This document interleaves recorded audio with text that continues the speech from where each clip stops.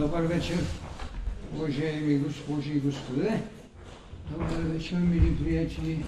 Добър вечер, деца на деня.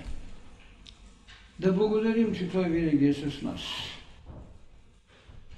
Но по-същественото не е да бъдем с Него.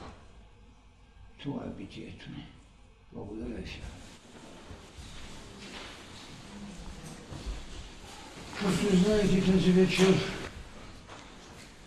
лекцията безспорно е това, което е в програмата ни. Себесъдбата, духовният корпус на свободата от човека.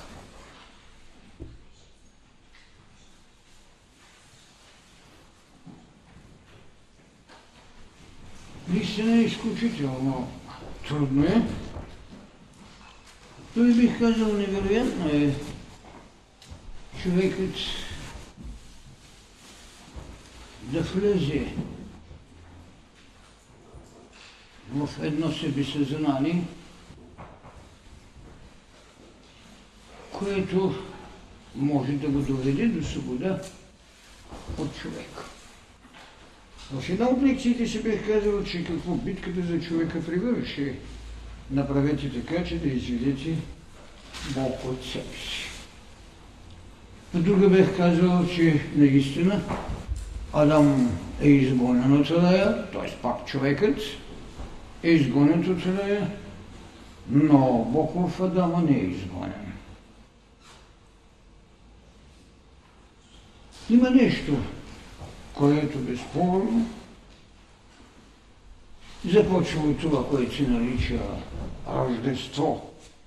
Не е раждането, което всички имаме, а рождеството, което трябва да извърви известен път, за да направи това, което чрез възкресението го прави едино също. Ако само тази линия пуснем, ние ще видим възможно ли наистина да направим и така, че да имаме свобода от човека, в кой и с какви възможности е дарен човекът, за да направи това. Това е себесъдба. В предпоследните лекции, миналата школа, вие знаете, че поставих въпроса свобода от съдба, от пътя на вашата, разбира се, еволюция. Възможно ли, кога и как? Самата съдба, както казахме, поведение ли е в самата личност, или е поведение в целия космичен порядък? Ако приемем, че тя е в целия космичен порядък, което е безспорно, ние тогава лесно бихме могли да кажем наистина духовният корпус е който трябва да извърши това, което се нарича свобода от човек. Когато говоря, че битката за човека превърши, това не значи, че наистина, така както гледаме човекът, homo hominis lupus est, така както гледаме човекът сапиенс, така както гледаме човекът Фабера, свършили ли се своето осъществяване, но не можем ли да отречем вложената тайна? Боголикост и боговластност. Да сътворите цялата една природа, затова казваме, че той не е, че съдбата не е едно поведение на личността, а тя е поведение на целия космос. Да сътворите едно същество от цялата космична плът, с нашата планетна плът, а след това да му дадете това, което се нарича дихание, да го възправите в идеята за боговластност, колко ясно са били очертани двете линии – боголикост и боговластност. Следователно, докато осъществими една плът в целостта на боголикост, ние водиме битка за човека. Защото така е казано, да сътворим човека, да го сътворим от цялата плът, от тези милиони богчета, които има в него. Но тайната е другаде. Тайната не е само в идеята да го направиш боголик. И в това сътрудничество на боголикостта участват и други. Тоест, участва това, което се нарича космичната даденост. Но в идеята на боговластност, т.е. идеята на Твореца, там имаме само едно, което е толкова единично, колкото е цялостно универсална. Идеята на самия Творец. Разбира се, навикът на религиите е да легитимира личността в творчеството на своя отец, но безспорно голямата тайна не е събрана в това, което ние наричаме Бог Отец или това, което други наричат Саваота. Не, то е безспорно в това, което в философията наричат Абсолюта, в Древния изток го наричат нищото, от което е всичко. Следователно, във всяко нищо стои всичко и във всичко стои някакво нищо, което е всичката цялост. Тогава, кое е онова, което може да изведе, да доведе човекът до голямата идея, че битката свърши, дайте да изведем Бог у нас, когото ни изгониха. Не можаха да го изгонят, защото е вътре чрез това, което наричаме дихание. В културата на науките има една доктрина, много странна доктрина, която почти така се отбягва в нейната цялост. Това е така наречената наука и доктрина телеология. Телеология, не теология, не тем подобните. Телеология. Като от тело се разбира крайност или цяло. И когато се спомням на времето, превеждахме като целесъобразност, целенасоченост, целеосъществяване. Целеосъществяване. Кое е оно у нас, което може в услугата на своето развитие да остане недосегнато в предназначението, ето ви хубавата дума, която родихме, в предназначението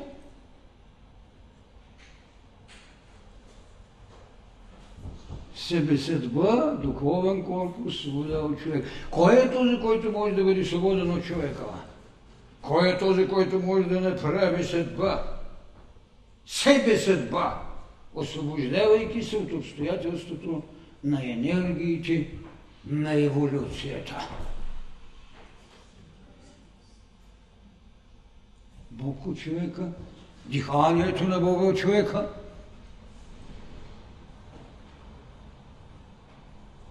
Това е, за който така хубаво можахме в учението Път на мъдростта да кажем, човекът Бог в развитие.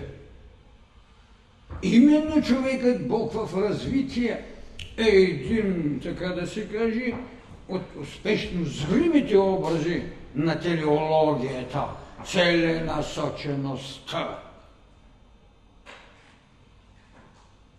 И наистина битката за човека свърши в кого? Разбира се, в този, който е могъл да извика изгонения човек да се прости и да даде место на това, което казваме, човекът Бог в развитие. Но в състояние ли е човекът Бог в развитие да каже това? Аз правя себе съдба. Не още. Но и когато започва пулсите на съдбата да употребява своята еволюционна възможност, пак не е още човек, защото ние казваме така: да, иди долу и обработвай това, от което съм ти направил. В кой момент ние можем да кажем, че Адама прави нещо друго, търси своя андрогин? Когато той търси своят андрогин като същество, той започва да прави себе съдба, но понеже търси себе си, прави съдба. Но когато идва андрогина, когато идва Ева, животът, той трябва да влезе в ритъма на еволюцията, която го прави човек. И затова лекцията ни е свобода от съдба е една от най-големите тайни, които учените път на мъдростта даде.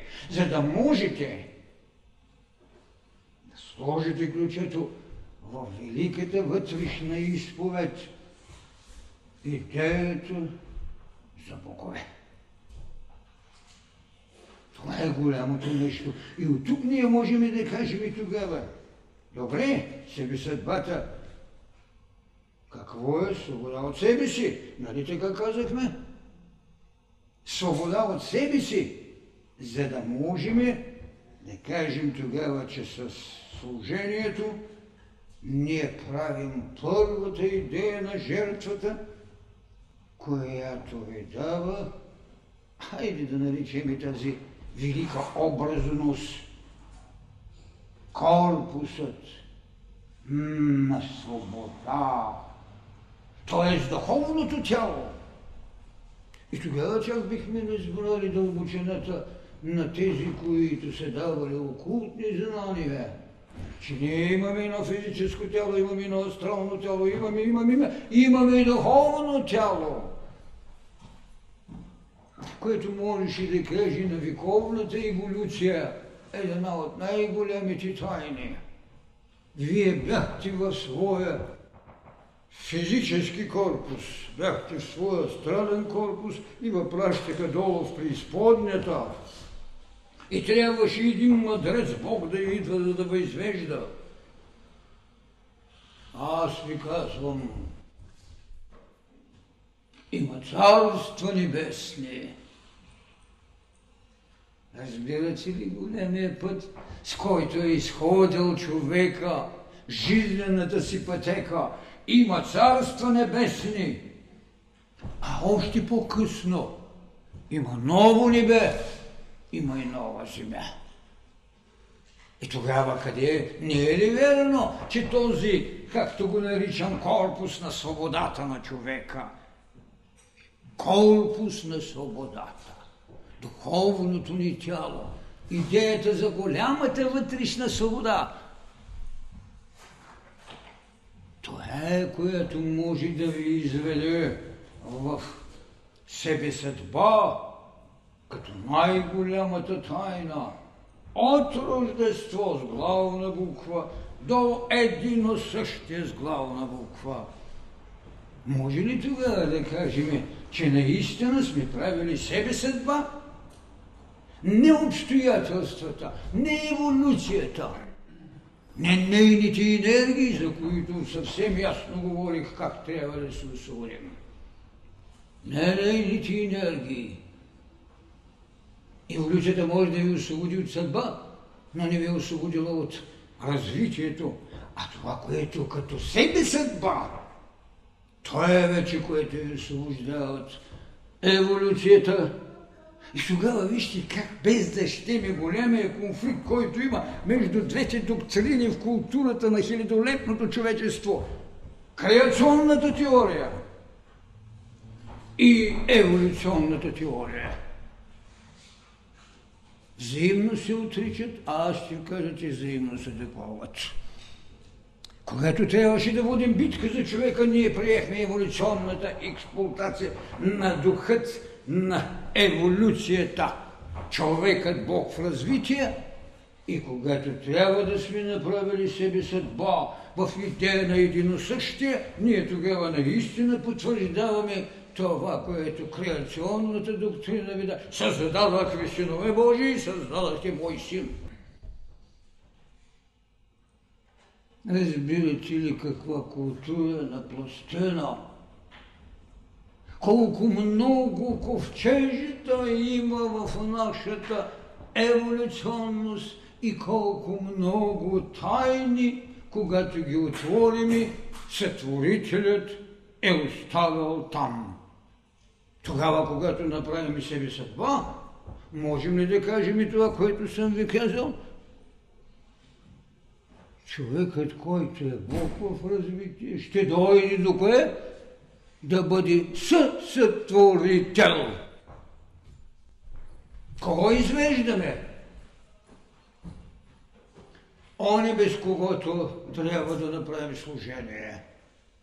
Извеждаме себе съдба.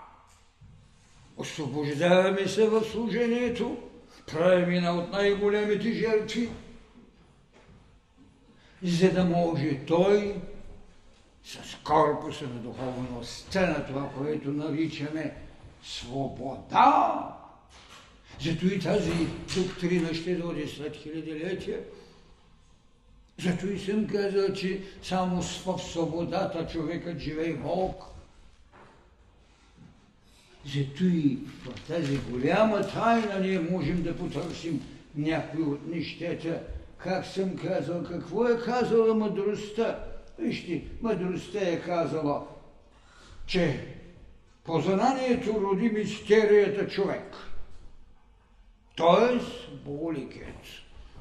Но мъдростта ви дава нещо друго. Ако нотираш човешката божественост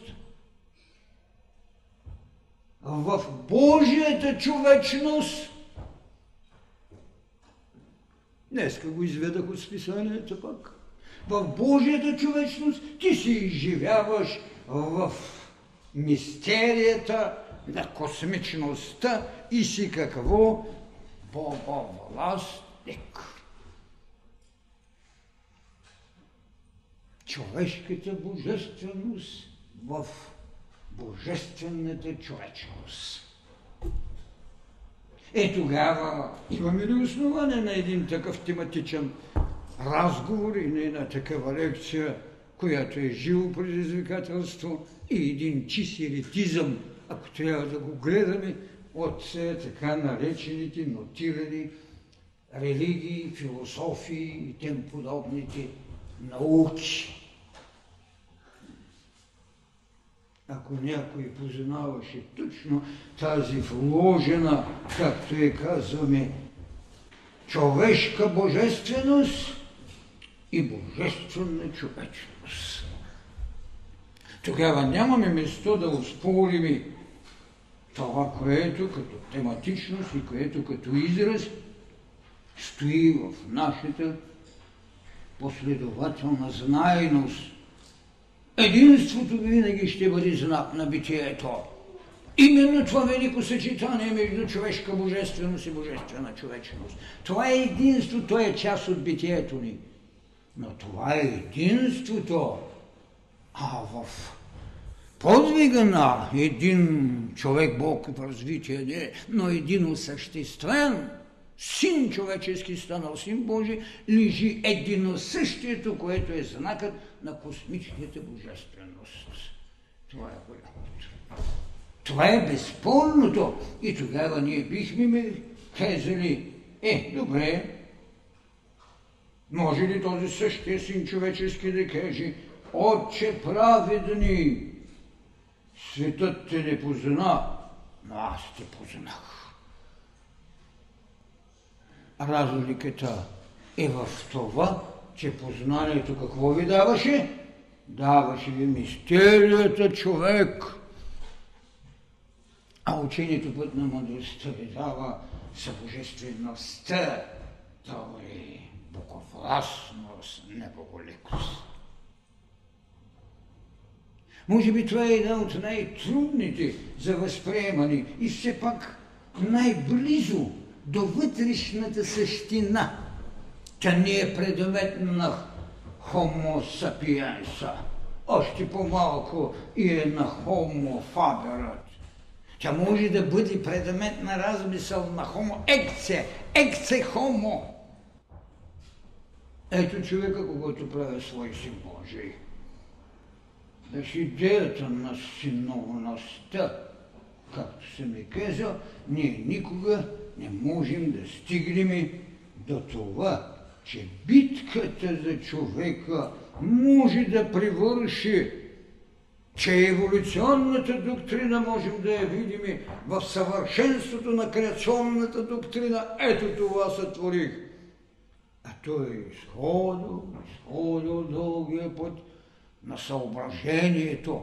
И тук е нашата битка на неизведената същност, която много ни пречи, защото ние не сме извели божествеността си, но се съображаваме в служение с ултарите за божественост, които са вън от нас. Но това е идеята на възпитанието. Това е бразедата на еволюцията. Това е светът на обстоятелствата, чрез които трябва да се стигне. За да можеш в това царство на властност да кажеш: аз клонирам. И тогава бихме разбрали наистина ли в поточната дължина на една доктрина на еволюциите може да клонирате. Колкото и повелително да е в доктрината на креацията да стоят вързани. Не, можете спокойно, защото еволюцията ще ви обслужи онзи, който е божествеността, да си създаде вътре вложеният, да го изведе. Така е великото съчетание, пък те нека се бият двете доктрини, колкото си искат. Една с друга са ги възправили апологетите на разправи и кавги, каквото искате. Това няма никакво значение за нас. Има значение, че вложеният чакаше чрез еволюцията да си върне себесъзнание на Бога. И тогава колко властно и верно е, че човекът е един Бог в развитие. Така, тук е формулата ми, че само човекът е свещен. Институциите са това, което преди малко ви каза, които не му позволяват да изведе онзи и за това не пречат. Но те са формулата, с която вие правите съединението, с която вие съществувате, с която вие правите мисъл, с която вие раждате идеи, с която вие правите социология, защото в края на краища, какво казах за така наречените три голями тайни, които ни предоставят нашето послание за живототворчеството. Какво казахме за лично битие? Къде можем и да го оставим като легитимация несменна? В Голгота. Защото сам трябва да носи кръст. Какъв друг берег бихме дали на онова, което казваме, освен лично битие? Имаме ли социално битие на енергиите на живототворчеството? Да. В какво? В разпятието, което трябва да дойдат още един-двама да ви разпнат. Тя може да са вътре у вас. Вашата мисъл може да ви разпъли. Вашата емоция, вашите астрали. Но разпятие не се върши с друго, освен с съработници. Но те, в края на краищата, ви носят това, което трябва като знание да сте отбелязани за едно мирово съзнание и мирово битие. Живототворчеството има ли мирова енергия и мирово битие в образа на едно възкресение? И всичко това е написано в голямата ви книга, книгата на живот. Ето ви голямата. Ето откъде трябва да тръгне човекът, за да няма това смутителност. Сам да носите кръста си. И точно когато искате да станете миров, трябва да направите служение без себе си. Сам трябва да понесете бремето, зато и той казва, моето бреме е леко. Сам. А когато трябва да отидете на социалното служение и жертвата, когато трябва да отидете на мировата, тогава служение без себе си. Това са големите неща и така себесъдбата е една от най-големите идеи на едно същието. Това търсише Адам, когато потърси своята андрогенност. И тогава знаете ли колко цялостно в системата на върнатата ви божественост да бъдете съсътворители, може да създавате Адам, който носи в себе си Ева, т.е. живот. Това е голям. Адам носи живот. Ако вие изведете живота, тогава няма да имате смут. Ако вие го изведете, вие имате бъдеще. И за това, кой е онзи, който иска да се освободи от бъдеще? То стои като неизбежност. То е именно това, което казвам себесъдба. Едно мирово съзнание може да отведе Адамовото родословие в, така да се каже, от голямата преизподня до небесното царство, за което той им каза, че отива да им приготви жилища. Тази е енергията на себе, съдбата, а колко битка трябва да водим, да се освободим от съдбата в пътя на нашата еволюция. Но го казваме в пътя на нашата еволюция. Колко много ни трябва още, за да можем, както се казва, да направим това реално, свое неповторимо. Тоест, екзистенцията, неповторимото, екзистенцията. Че е това, което ни дава основание, учението път на мъдростта в лицето на другия да види събожник. Екзистенцията е, която го определя като събожник, а не онзи пътник, който може да се отбие наляво или надесно, който може да се накичи с ефтините слави. Не, екзистенцията, вътрешната същност, т.е. самото божество в неговата, така да се каже, присъственост, която след това обслужва културата на човечеството. Коя е тя? Светия Дух. Святия Дух. Той е една присъственост. Той е една част от голямата характеристика. Той е третата ипостас.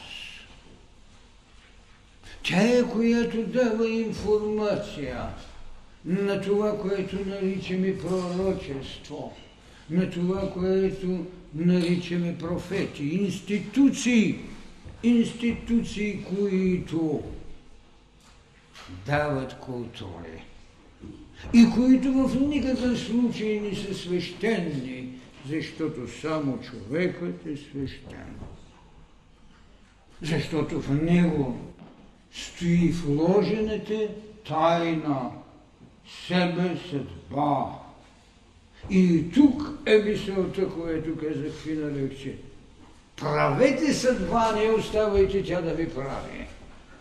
Разбира се, когато имате трудността да правите съдба, тогава вече това е нещо съвършено друго. Това е едно друго богатство, за което човекът работи с милиони години. Правете съдба. Но докато я правите, вие безспорно сте в обятията или пулсациите на еволюцията. Тогава ние бяхме казали една особена фраза в това послание на живототворчеството, а тя беше не забрава на културите, вижте какви преценки трябва да се направят, не забрава на културите, а отговорна преценка на забравата. Не е проблемът да се затичаш и да избършиш написаното в книгите на живота ти или на черната дъска. Забрава! Ние сме нови! Не! Много ясно е. Отговорна преценка на забравата. Защото това, което искаш да забравиш и което вече ние наричаме ехо, т.е. минало, то ти е дало това, което наричаме окомер за преценка, за да изведеш културата на събожникът, да отидеш и да направиш демонстрация с преображението, за да покажеш една от най-големите тайни – събожникът. Щом той го е направил, а какво правиха те? Те спяха, те заспаха. Не, че се заспали, а не можеха да видят, защото това може да види духът, но не и контактьорът, не и пророкът. Не това, което демонстрира светът на очите и гласът на отвъдния само, а не на събудения Бог Отец. Това е голямата разлика. Чух, видях.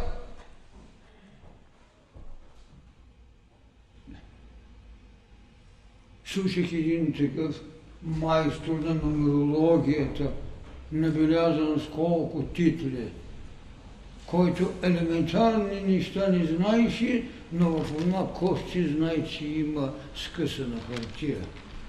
И тогава, когато го питате числото 11, какво значи в нумерологията, той каза, че значи 2, което наистина за един бележник е достойна награда. Иначе е позорно знание. Будността на събудения Бог, а не шепота на контактьора и не очите на човекът. За тях милиони години се е работило, защото когато те са видяли светлина, те се отлучили от колективното съзнание, за да създадат личност, но не още Бог. Така, ние сме пред една от най-големите тайни, а именно идеята за себесъдба като свобода, като една голяма идея, която ви е дала външни образи, с които човечеството по-скоро се забавлява, отколкото да ги научи. Ето ви идеята за хороскопа. Вземете идеята за хирологията. Културата се надсмива, религиите ги анатемосват. Но приемат една звезда, която е предложила родения Христос. Колко ирония има в това. Не може да вярвате в звездите. Не може да ви се правят хороскопи. А звездата Витлеемска какво е? Чии благоволение? Какво поставява това тогава? Защо не си нарисувате на веката линия, която искате да ви бъде подчертана дълбоко, да имате съдба, да имате един ум, който или нос, една линия на сърцето, която е по-дебела от въже, когато сте егоист по същност, когато сте родени с ефтино големство. Защо не се нарисуват? Защото няма вибрациите.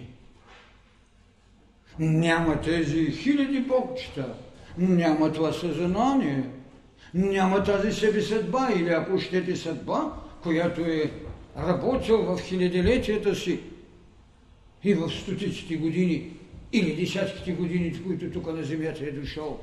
Защо не се нарисува?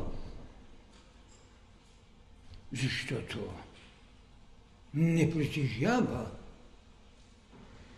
место за отговорност и отговорност за служение. Това няма. И тогава няма место културите да играят ролята на обидени в някакъв мистицизъм, когато всичко е толкова сериозно. Я си представете човека, когато е нямал очи и имал колективно съзнание, и онзи, който му е дал някаква тенденция да си направи очи. Или онзи, който в края на краища нямаше огледало, когато се огледа във водата, в своята астрална същност, нарцис умря. Колко битка е водено за човека. И си представете, не колко битки, а колко будност е необходима, за да може човекът да направи себе съдба. Вижте колко естествена е идеята за себе съдбата, след като имаш съдба вън от теб. Какво отричаш или какво приемаш? Логична съпоставка. Съдба, която те определя и за която казва, че ти си подвластен, и себе съдба, с която ти, както е казано тук в словото, си боговластен. Няма нищо неестествено в тази взаимна, отричаща се и изграждаща се същност. Човекът го различи. Аз и Отец сме едно. Това ли някой може да ви даде по-ясна представа от това, което е казал той? Аз и Отец сме едно. Но когато някой друг го каже, той непременно трябва да бъде богохулник. Той непременно трябва да бъде само син човечески. А иначе ще ви прочетат от псалмите: аз рекох, вие сте синове Божии. И ако вие кажете да, такава е еволюцията на човека да стане син Божий, вие сте под упрекът на грешникът, на богохулникът. Можете ли да си представите човекът осъкатен само с това, което има? Аз не мога да си представя, но особено човек, когато има едно мирово съзнание, тази велика тайна, която е дадена. Можете ли да си представите, че това е човекът? Ама той казва е звер. Homo hominis lupus, човека за човек е вълк. Но ние казахме ли му друго? Как го възпитавахме? Изграждахме в него какво? Устойчивостта, да устоява обстоятелствата. Защо не му обяснихме какво е тайната на наколното жилище? Че там водата, която е астрална област на светлината, той черпи всичко. Защо не му казахме, че пещерите, от които сега трябва да изваждаме разни талибани там и тем подобни, това е залата на посвещението? Не? А той трябваше в своята първична козина да дойде до елегантния цилиндър. Ние не му признаваме еволюцията, а искаме прозрението. Тогава Как го видяхме толкова с елегантен сега и толкова с първичен някога? Защото тогава не приемем тази велика тайна. Може ли човека да е това, само който в даден легитимен момент го приемаме с лична карта? Това ли е за Бога човекът? Или това ли е човекът, който носи Бог? За да можем да кажем великата тайна. Да, духовната вълна на мъдростта. Тя е битка за себе, неизведения Бог у нас. Това е тя. Битка за себе, неизведения Бог у нас. Това е една култура за Бога у нас. Ние водихме култура на ума заради себе си. Ние водихме изповедание, което ни е дадено, но не сме го направили. Идва един учител и дава нещо, което след това го следват. А сега даваме идея за вътрешната ви готовност. Не оставайте съдбата да ви прави. Правете съдба. За да може да дойде този голям момент, себе съдбата, духовния корпус на свободата от човека. Биха някога човека да има Бог. Това извърши инквизицията. Тя биеше човекът, защо губи Бог. Но Бог, който те му натрапват. Сега битката за свобода от човека. Разбира се, това е толкова далечно и като време, и като пространство, но като енергия, като мирово съзнание, тя е отколешна. В дадени моменти от тази мирова енергия ще влиза в личното поведение, в социалната даденост, защото в края на края ще виждате как са били изграждани мотиви за взаимност, наречени таблици на добродетелите. Това е голямата тайна. Това е голямата истина. Тук е същината на това, което учението на мъдростта остави. Идеята за знанието, което ви прави повече от безгрешният, защото правдата ви даде поведение и отмъщение. Любовта ви даде нещо, което е изключително в световните култури. В нито една от религиите вие няма да намерите вярата. Вярата като акт на познание. Само християнското вера. От тук се намъкнаха вътре чудотворните образи на чудо, чудо, чудо, чудо, чудо. А знанието ви казва, да, няма чудо, защото има неовладено знание. Когато овладеете знанието, чудото си сваля дрехата. Това е голямата разлика. И точно тук, завчера, в Белоградчик имах възможност да разговарям с един човек от формацията на дановистите. Те си останаха там при вярата. Това е камара от знания, нито е камара от знания, нито е камара от информации. Това е част от будността. Защото първият акт на това, с което започнахме лекцията, беше дързостта на Адам да краде знание, а не вяра. И зато и ще се върне, зато и казвам тук тази мисъл, че от рождеството до единосъщието. А какво беше рождеството вече?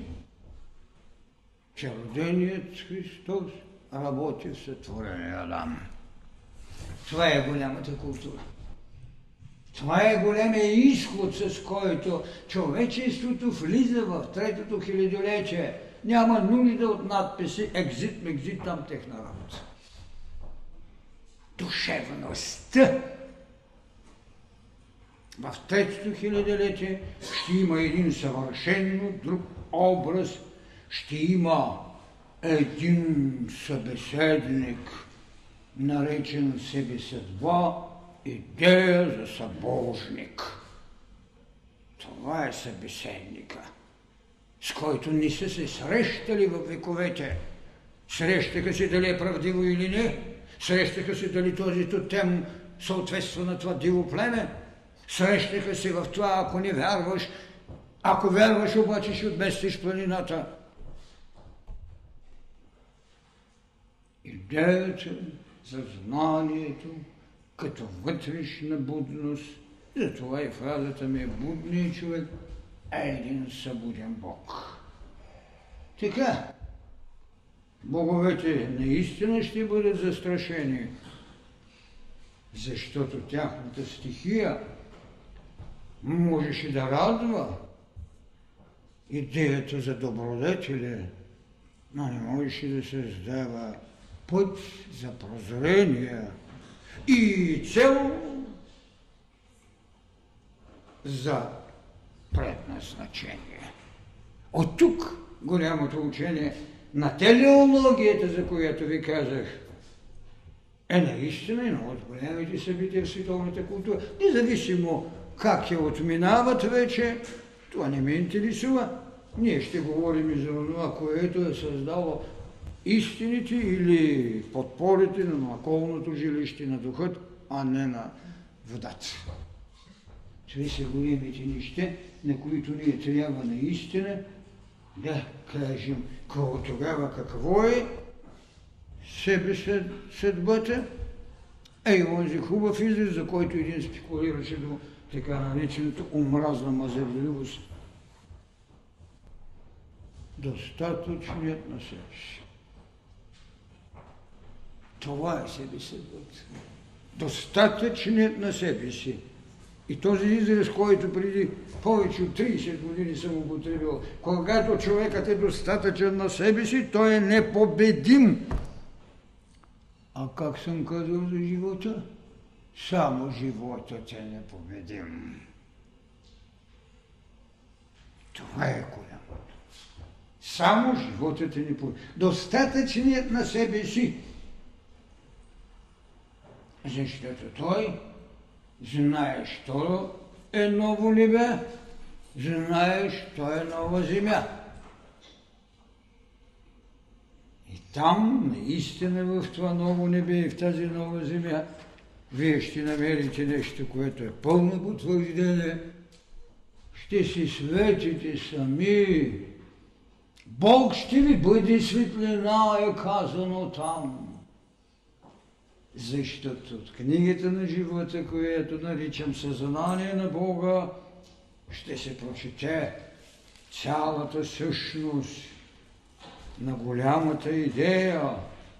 И тогава ще разберете усилията за спасение, усилията за прощение. Те са били потребни, но не са екзистенцията. Това е преходността на човешкото знание и непреходното на божественото у човека. Така, свобода по този начин получаваме от това, което наричаме страдание. Няма страдание, има развитие. Това е неимоверно богатство, за което стои неизразходвано, неупотребено от човечеството. Защото много хубаво е на човечеството, така както се казва, съдбата под заслона на страданието, на чадъра, на заслончето там. Страдаме, имаме такава съдба. Аз много често, без ирония, казвам, защо не им купят легалничета. Но това е равнището. Това е равнището. Такава е мировата култура като приложност на планетата, не извън планетата. Или пък уния ефтини слави с по 5-6 простина, които гадаят по телевизията и говорят разни неща и ни добре така охранени и тем подобните. Не мога да си представя, но факта е на лице. И пак ги казвам, да, това е наколното жилище на еволюционното човечество. Боли ми, но какво да направя? Да отиде в телевизията на оная дет си вади папото и на другата дет се е купила 10 златни пръстена от лъжите, които прави. Феноменът съществува, но така както го употребяват, е не само опорочен, но е унизителен. Това е истината. Така че тези лекции, която мога да кажа, че е една предплата на бъдещата ни обучителна система. Наистина много нещо трябва в нея да се направи като преценка, много внимателно да се поднесат, когато се отива по известни места и тук, когато правите събеседванията си, защото веряваме, много се страхуваме от дребните изопачавания. Почвам да се тревожа, когато една казана истина в нейната чистота може да бъде облечена в дрехата на себичните паунови пера на този или онзи. Нямате си представа какво значи да бъде човек усъкатен от усъкатено ограмотяване. Почвам да живея с тревога за нещата, които са казани в лекциите ни, които се поднасят на човечеството, защото се срещнах този път с много различни, много богати срещи, но почвам наистина да живея тревожно. Защото ще ви кажа нещо, аз не се страхувам от това, което може да се отиде. Христос каза една знаменита мисъл. Отиват при него и му казват: Учителю, абе житото излезе, но много плевели има вътре. Да отидем да изкубим плевелите. Не. Нека озреят. И тогава ще измъкнете житото, ще го вържите отделно, ще измъкнете плевелите и ще ги вържите отделно. Защо? Защото ведно с това, когато можеш, мъкнете плевелите, ще измъкнете и житото. Това е което нещо. Това е което ме тревожи. Не се опитвайте да намирате това, което не знаете. Защото ги намеря такива, доста години слушах хора да ме поднасят знание, което е с знаменател отдолу безкрайност, което значи числителът е нула. Да си слагате паунови пера и разукраси на знаещи. А елементарни тайни не се знаят. Разлики не могат да се направят между това, което наричам енергия и това, което наричам принцип. И това отива и се поднася. Това е ужасното изопачаване. Това е същностна страна. Това не е да отидеш да изпееш едно стихотворение, както този или онзи го е написал.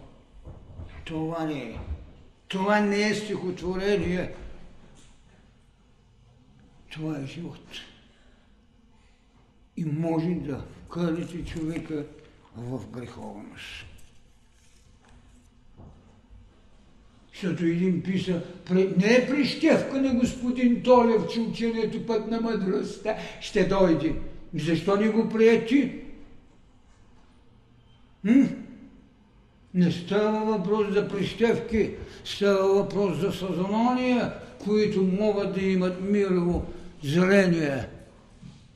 Прищевка е на малокалибреното мислене, напъчало се в идеята на гениалности или на посветени, които нямат елементарни знания. Това е което ме тревожи.